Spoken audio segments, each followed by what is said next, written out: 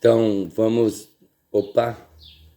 voltando aqui para nossa aula. Eu demorei um pouquinho mais hoje, né? Fui comer, estava com fome, mas vamos voltando aqui para nossa aula. Deixa eu compartilhar de novo aqui. E agora, para a gente encerrar, na verdade, nossos estudos, quero ler uns poemas da Carolina. Um deles é a Rosa, mas para mostrar o lado lírico dela. E ela diz assim: eu sou a flor mais formosa, disse a rosa, vaidosa. Sou a musa do poeta, por todos sou contemplada e adorada. A rainha predileta. Minhas pétalas aveludadas são perfumadas e acariciadas. Que aroma recendente! Para que me serve essa essência se a existência não me é concernente? Quando surgem as rajadas, sou desfolhada, espalhada. Minha vida é um segundo. Transitivo é meu viver, de ser a flor rainha do mundo. Na minha opinião, ela está aqui colocando o espírito dela mesma, né? Ela como uma rosa também. Mas ela também diz assim: dá-me as rosas. No campo em que eu repousar, solitária e tenebrosa, eu vos peço para adornar o meu jazigo com as rosas.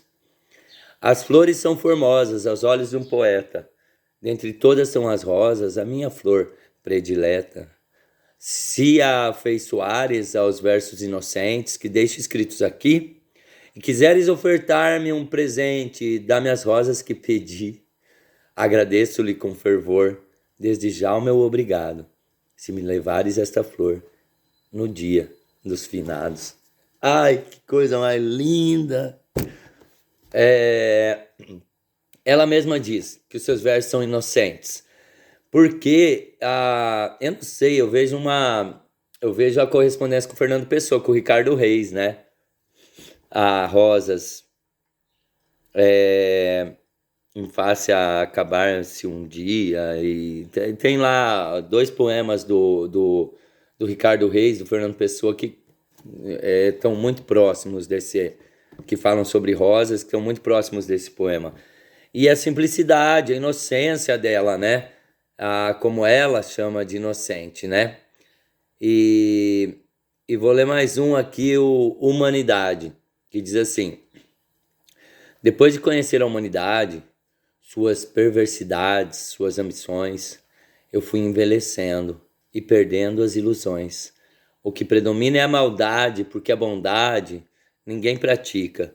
Falta um acento ali no ninguém, né, gente? É a internet, né? Humanidade ambiciosa e gananciosa, que quer ficar rica.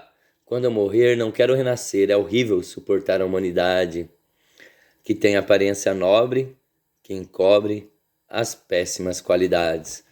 Tá certo, tem uns erros aqui de gramática, tá, gente?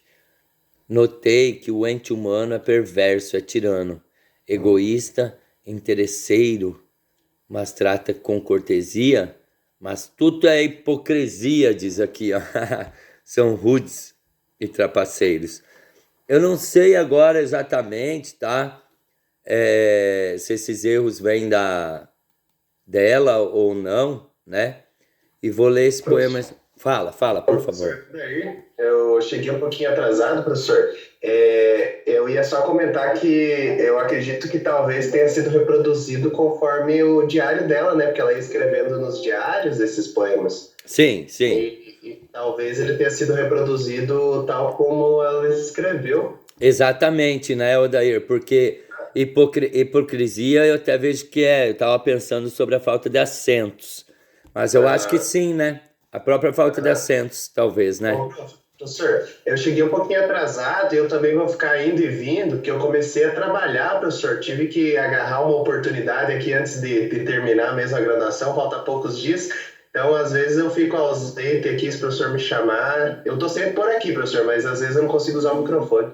Tudo bem, tá bom, Odair. Fica tranquilo. Essa parte eu nem vou chamar ninguém. Eu só quero, assim, ó, que você depois preste atenção no trabalho e combine comigo qualquer coisa, manda um zap pra mim, tá? Aham. Pra gente. Ah, eu tô conversando com esse, é com esse. É, para que a gente resolva o trabalho, tá bom, Adair? Mesmo trabalhando, Beleza, tá bom? professor. Fechou? Valeu. Valeu. Quarto de despejo. Quando eu filtrei na literatura, sonhava só com aventura. Minha alma estava cheia de anto e não previa o pranto. Ao publicar o quarto de despejo, concretizava assim o meu desejo, que vida, que alegria. E agora, Casa de Alvenaria, outro livro que vai circular, as tristezas vão duplicar.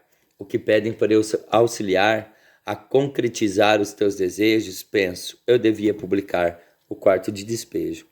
No início veio a admiração, o meu nome circulou a nação, surgiu uma escritora favelada, chama Carolina Maria de Jesus e as obras que ela produz.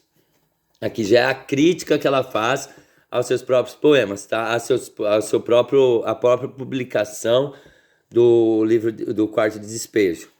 Deixou a humanidade abismada, no início eu fiquei confusa. Parece que estava oclusa no estojo de marfim. Eu era solicitada, era bajulada como um querubim. Depois começaram a me invejar, dizia, você deve dar os teus bens para um asilo, os que assim me falava, não pensava nos meus filhos. As damas da alta sociedade, dizia, praticai a caridade, doando aos pobres agasalhos, mas o dinheiro da alta sociedade não é destinado à caridade, é para os prados e os baralhos. E assim eu fui desiludindo, o meu ideal regredindo, igual um corpo envelhecendo. Fui enrugando, enrugando, pétalas de rosa, murchando, murchando e eu estou morrendo. Na campa silente, fria, hei de repousar um dia. Não levo nenhuma ilusão, porque a escritora favelada foi rosa despetalada. Quantos espinhos em meu coração dizem que sou ambiciosa, que não sou caridosa. Incluíram-me entre os usurários, porque não critica os industriais que tratam como animais os operários. Esse poema é belíssimo, belíssimo. Tem alguma coisa aqui de arcaísmo, que era o que ela lia também, o que ela, na época dela, alguma coisa fica, e erros mesmo. Mas o que eu quero dizer é assim, tipo, embora um erro, uma presença de uma vírgula, agora eu fechei a página sem querer, tem uma vírgula antes que é muito significativa, que não é erro, mas agora foi. Agora sim, quando eu falo sobre caridade, caridade desses ricos que a Carolina de Jesus fala aqui, que mandam ela doar tal, tal, tal, tal, tipo, o dinheiro da Carolina foi conquistado depois de muita fome, depois de muita miséria, depois de muita dor. E com certeza esse dinheiro serviu para ela e para os seus. Aí vem alguém dizer que ela tem que doar esse dinheiro, porque a caridade feita por rico não é uma caridade real. Se o rico quisesse fazer caridade de verdade, colocava lá no poder o PT, não, ainda alguém melhor, para que se o rico fosse caridoso, ele queria a reforma agrária, ele queria moradia para todos, né?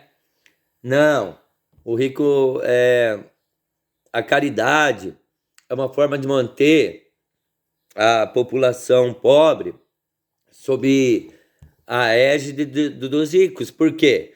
A partir do momento em que eu dou R$ 100 para uma pessoa se virar, ela se vira agora e depois vai estar com fome de novo, né? Mas ainda dá R$ 2 e reclamar, né? Então a Carolina de Jesus, ela mostra essa face. E ela é esquecida por quê? Porque aí o pessoal, em vez de ver ela como uma escritora de verdade, que desejou publicar do jeito que ela escrevia suas obras e não mudar a escrita dela, nem nada, ela vai, tipo, ela é vista como excentricidade, igual eu disse para vocês já, na primeira parte da aula, né? E a partir de todo esse rol de poetas e de toda essa luta que nós estudamos até agora, surgem oportunidades como essa tag.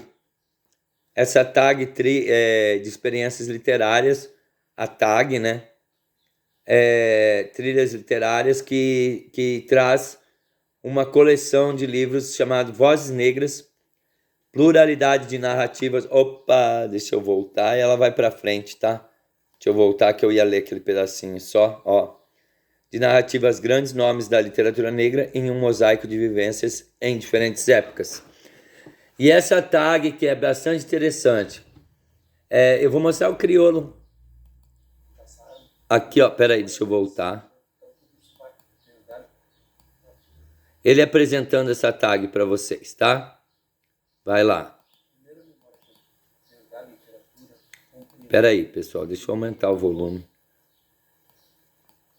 Todo começo ao fim foi quando eu tive. Foi. A primeira memória que eu tenho da literatura. Peraí, deixa eu. E de ler todo, começo ao fim, foi quando eu tive acesso às letras todas. Professor, eu não sei se é só comigo, mas não estou ouvindo, não. Não sei se eu esqueci. Deixa eu ir lá de novo, tá? Vai lá, agora sim. Agora sim, foi. Nossa, 20 vezes que eu levantei o volume. Vai lá. Compreender, deixa eu voltar. É ótimo, foi. A primeira memória que eu tenho da literatura, de compreender e de ler todo, começo ao fim, foi quando eu tive acesso às letras todas do disco Sobreviver no Inferno. Aquele disco, para mim, é como se fosse um livro também. Foi uma emoção muito grande, porque pude encontrar muito mais coisas do que quando escutava na forma de música. Então foi muito especial para mim. O impacto da literatura preta no mundo, no meu território, vem de perceber pessoas que vêm do mesmo lugar que meus pais vêm, que existem outras pessoas que viveram e vivem um dia a dia muito próximo ao seu, que passaram por uma história parecida. Então tudo isso vai se somando a um novo jeito de se reconstruir uma história. Existe uma beleza total, uma criatividade total, são muitos os caminhos que nos são apresentados quando a gente visita toda a arte negra, né? A arte preta, muitas coisas, existem conexões que a gente ainda não compreende, mas quando tem o acesso a conhecer a arte, a gente vai ligando os pontos, isso é magnífico.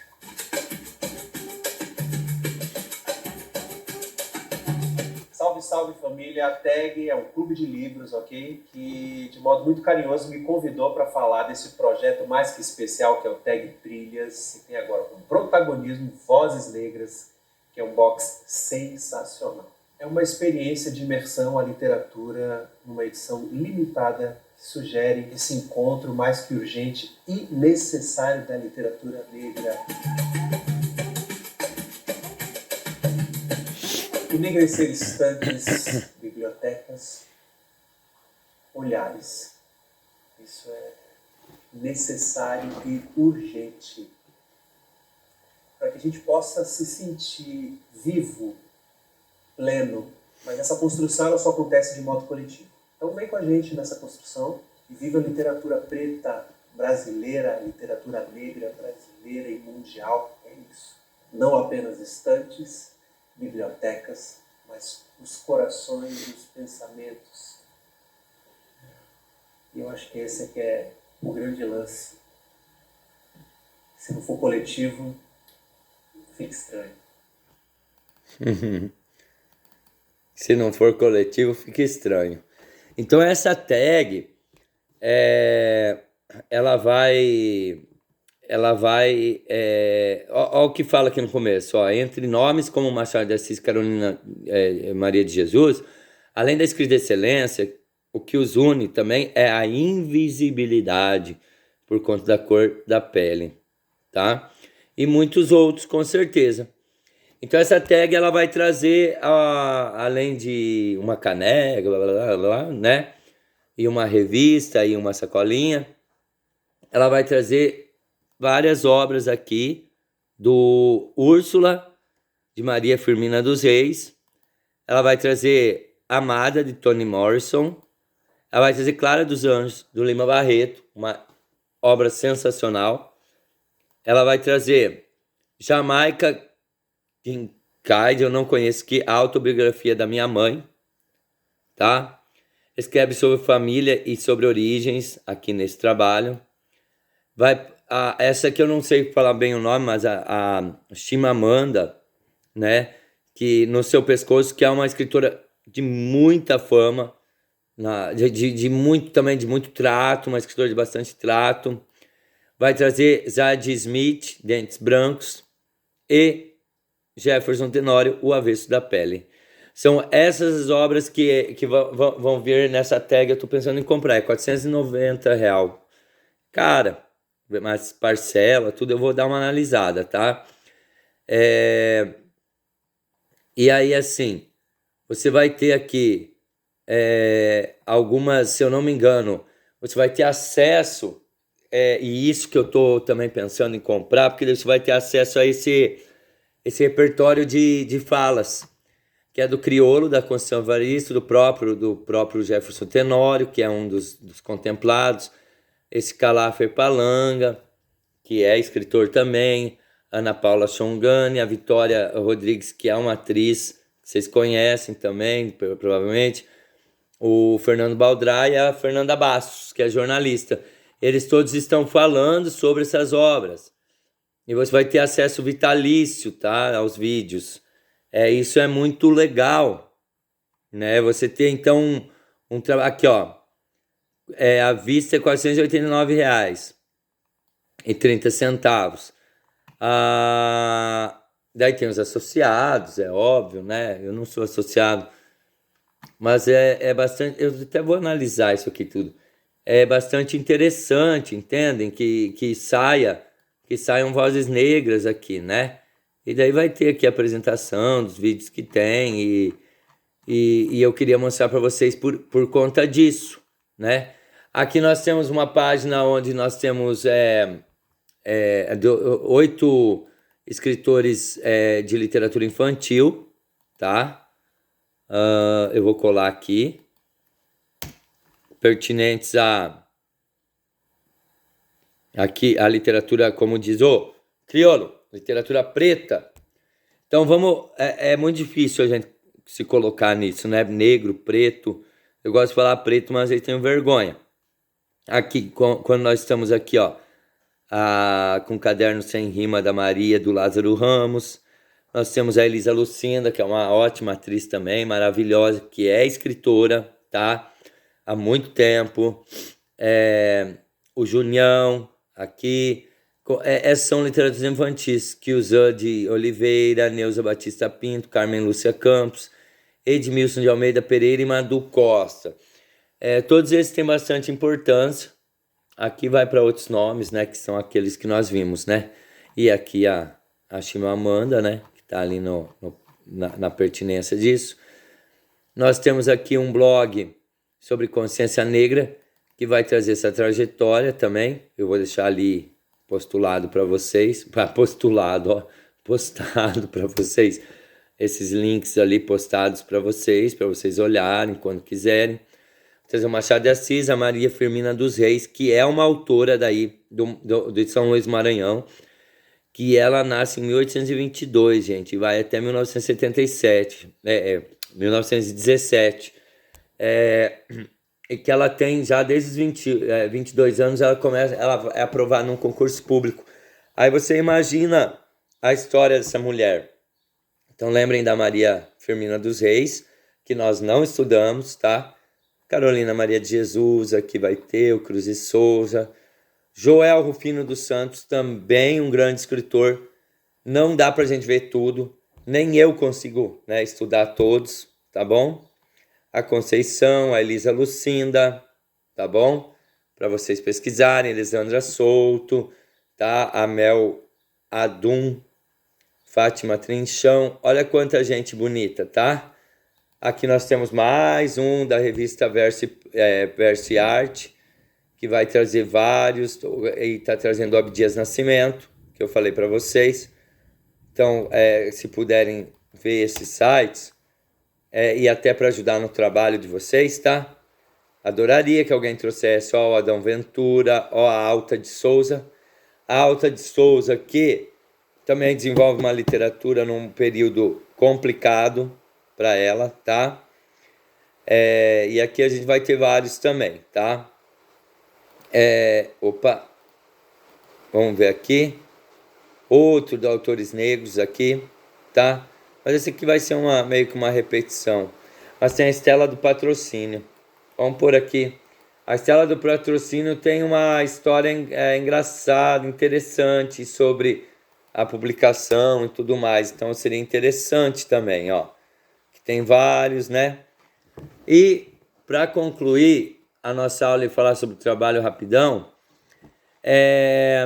a Djamila dando entrevista para El País. Deixa eu passar para vocês o link. Ela vai falar sobre uma obra, sobre uma pesquisa que é dada. Ó, a pergunta: o fato de não reconhecermos que as mulheres negras são vulneráveis vem da dificuldade de o brasileiro reconhecer que é racista? Isso vem da nossa educação? Vai ela. É uma ótima pergunta. Porque o Brasil é um país de maioria negra, mas a gente não debate racismo de forma efetiva. E acho que é muito por conta desse mito da democracia racial que foi criado no Brasil. Isso desde o Gilberto Freire, já ele mesmo falava isso, de acreditar que aqui não existe racismo, de que racismo é o que existe nos Estados Unidos ou na África do Sul, porque lá estava na Constituição, enquanto que aqui no Brasil não tinha isso. Mas não reconhecendo que aqui você tem o racismo institucional, e assim vai. E aí, esse artigo que eu vou mandar para vocês, ele vai falar sobre o feminismo, a luta do feminismo. O título é Feminismo Negro para um Novo Marco Civilizatório, e ela vai tratar dessa questão mesmo do Brasil. Ó, no Brasil, o feminismo negro começa a ganhar... Bom, deixa eu voltar um pouquinho. Não, aqui mesmo. Ganhar força nos anos de 1980, né? E ela vai colocar, segundo Núbia Moreira, a relação das mulheres negras com o movimento feminista se estabelece a partir do terceiro encontro, ó, só do terceiro encontro feminista latino-americano. E ela vai colocar aqui, na voz de Lélia Gonzalez, né? Que, segundo ela, o racismo se constitui como a ciência da superioridade eurocristã, branca e patriarcal, como a ciência da superioridade, na medida em que se estruturava o modelo ariano de explicação.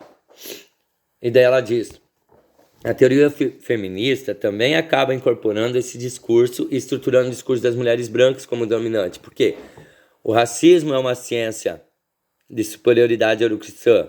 Quando as mulheres brancas começam, inevitavelmente, esse racismo institucional está tão enfiado na cabeça do ser humano que as mulheres brancas vão ignorar que haja outra luta pela frente, que haja outra luta que elas deveriam desencadear, que é a luta pela mulher negra, que exige certas questões que estão além da mulher branca. Nesse sentido, contradiscursos e contranarrativas não são importantes somente num sentido epistemológico do conhecimento, né? Mas também de reivindicação de existência. Eu esqueci de levantar a letra, tá? A invisibilidade da mulher negra dentro da pauta feminista faz com que essa mulher não tenha seus problemas sequer nomeados. E não se pensa saídas emancipatórias para problemas que sequer foram ditos. A ausência também é ideológica. Muitas feministas negras pautam a questão da quebra do silêncio como primordial para a sobrevivência das mulheres negras. Então existe um silêncio da mulher negra. E até hoje, se a Djamila está tratando disso, é porque até hoje existe isso. Essas autoras Angela Davis, Audre Lorde, Alice Walker, em suas obras abordam a importância do falar. O silêncio não vai te proteger, diz Lorde. Não pode ser seu amigo quem exige seu silêncio, diz Walker. A unidade negra foi construída em cima do silêncio da mulher negra, diz Davis.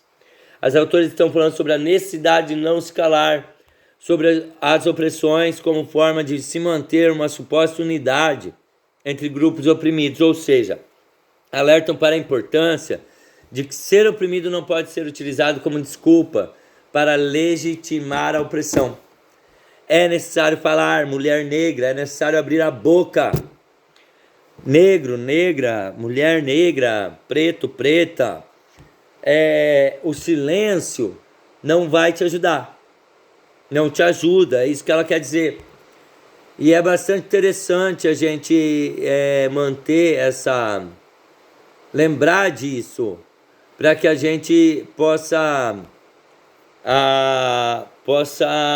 desenvolver a autoestima desse povo e quem sabe até chegar a um momento que é o que a gente quer. O anarquismo, pessoal, o comunismo é uma forma de se viver em comunidade. O anarquismo é comunista de certa forma também, mas é uma forma de imaginar que o ser humano pudesse chegar à autogestão, sem partidos políticos e sem política. Autogerir-se. É impossível? Não. Precisa de muito crescimento intelectual, anêmico. Né? Ludmilla cita aqui, ela vai citar uma fala que eu esqueci de quem que é, tá? De Quilomba, né? Que ela discorda da Simone de Beauvoir e diz assim: por não serem nem brancas nem homens, as mulheres negras ocupam uma posição muito difícil na sociedade supremacista branca. Nós representamos uma espécie de carência dupla, uma dupla alteridade, já que somos a antítese de ambos, branquitude e masculinidade. Vejam só, nesse esquema a mulher negra só pode ser o outro e nunca si mesma. Mulheres brancas têm um oscilante status enquanto si mesmas e enquanto o outro do homem branco, pois são brancas, mas não homens. Homens negros exercem a função de oponentes dos homens brancos, por serem possíveis competidores na conquista das mulheres brancas, pois são homens, mas não brancos. Mulheres negras, entretanto, não são nem brancas, nem homens, e exercem a função de o outro do outro. Gente, isso aqui é uma citação importantíssima, tá? E daí eu quero encerrar os nossos estudos hoje, tá? Dizendo para vocês, para todos vocês,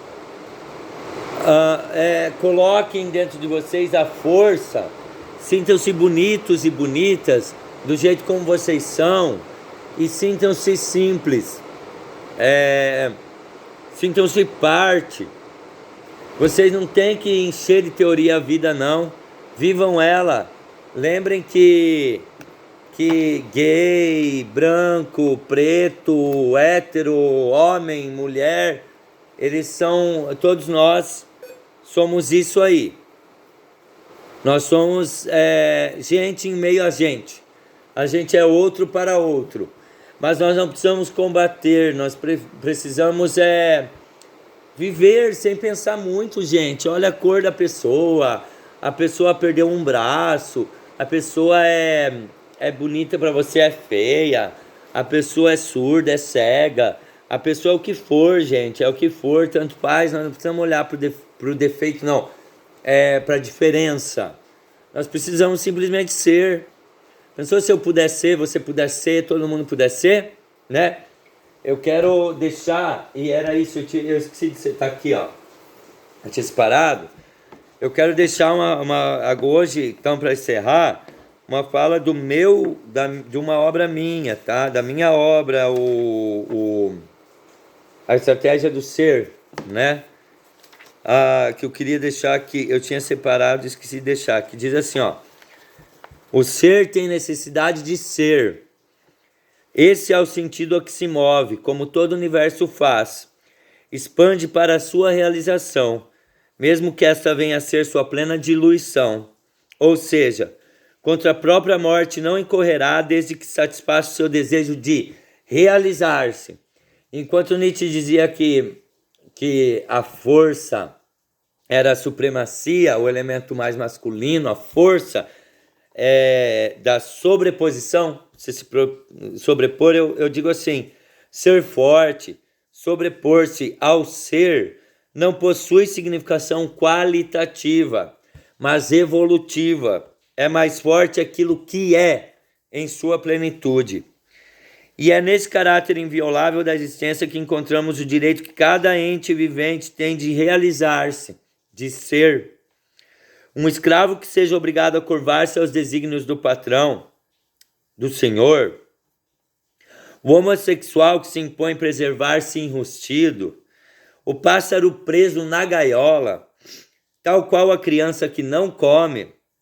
Todos exemplos de insatisfação, de carência de realização, em que só pode habitar a infelicidade, o medo e a dor, tanto no plano das necessidades culturais, espirituais quanto biológicas, exemplos insustentáveis, exemplos de retenção do natural que, se não tratados, juntos às inúmeras outras formas de privação do ser, provocam o mal-estar, a violência, o caos socioambiental. Essa obra minha trata sobre a questão de que desde o Big Bang, o verdadeiro sentido do universo é a multiplicidade, não a unidade. O motivo no universo, o princípio no universo é o processo e não o que está formado. Então, Deus se expandiu como um processo, porque se o penso logo existo do cartesiano, ele mostra que tudo é uma coisa presente. E se o presente é a nossa matéria, desde Hegel, desde antes, presente é a nossa matéria, então eu digo para vocês, a multiplicidade, o diferencial, que é a diversidade, é que é a nossa realidade verdadeira. Então vamos trabalhar pela diversidade, pelo processo, sempre pelo processo, né? É isso que eu tenho a dizer, para encerrar e dizer para vocês assim que para a próxima aula, avisem seus colegas, para a próxima aula, digam para assistirem a aula, eu quero que assistam, eu quero perguntar, por favor, o restante. Eu quero dizer para vocês que o nosso encerramento será o seguinte, tá? Em duplas na aula do dia 22, acho que né, da próxima aula, vocês farão em dupla uma obra de apresentação. No dia eu vou separar melhor o tempo, mas agora fica assim, 10 minutos por pessoa, tá? Por dupla, quer dizer, 10 minutos por dupla. Vocês escolherão um autor negro, um escritor negro, e vão apresentar um texto dele, não na forma apenas de biografar. Pode ser dos que nós já estudamos? Pode, não precisa, não é biografia. Se é um Lima Barreto, vocês não precisam biografar, eu já estudei um monte aqui. É vocês apresentar uma partícula em 10 minutos desse escritor. Para quem não puder estar, Guilherme tiver problemas de estar, o Odair tiver problema de estar, vocês vão fazer o seguinte, vocês vão gravar para mim e dar um jeito de me enviar. Ou mandar alguém rodar no dia, tá bom? Gravado, pedir para alguém rodar no dia. Eu quero 10 minutos no máximo, pode ser menos. Se aumentar no dia, vocês podem falar mais um pouco, ler uma coisa a mais, porque a gente vai ver quantos estarão. Vale 40 pontos. Quem já tirou, quem entregou o segundo trabalho, soma 20 com a nota que teve no outro. E vocês vão valendo 40, vocês vão apresentar um escritor para nós, de modo a apresentar alguma obra dele, tá bom? Bem fácil o trabalho. Pode ser também alguma coisa relacionada à música, desde que haja poesia nesse texto musical, tá? E esse é o nosso trabalho para a próxima aula. E eu quero agradecer imensamente a audiência de vocês e ficamos para a próxima aula, daí terminarmos, tá? Alguém gostaria de fazer algum comentário?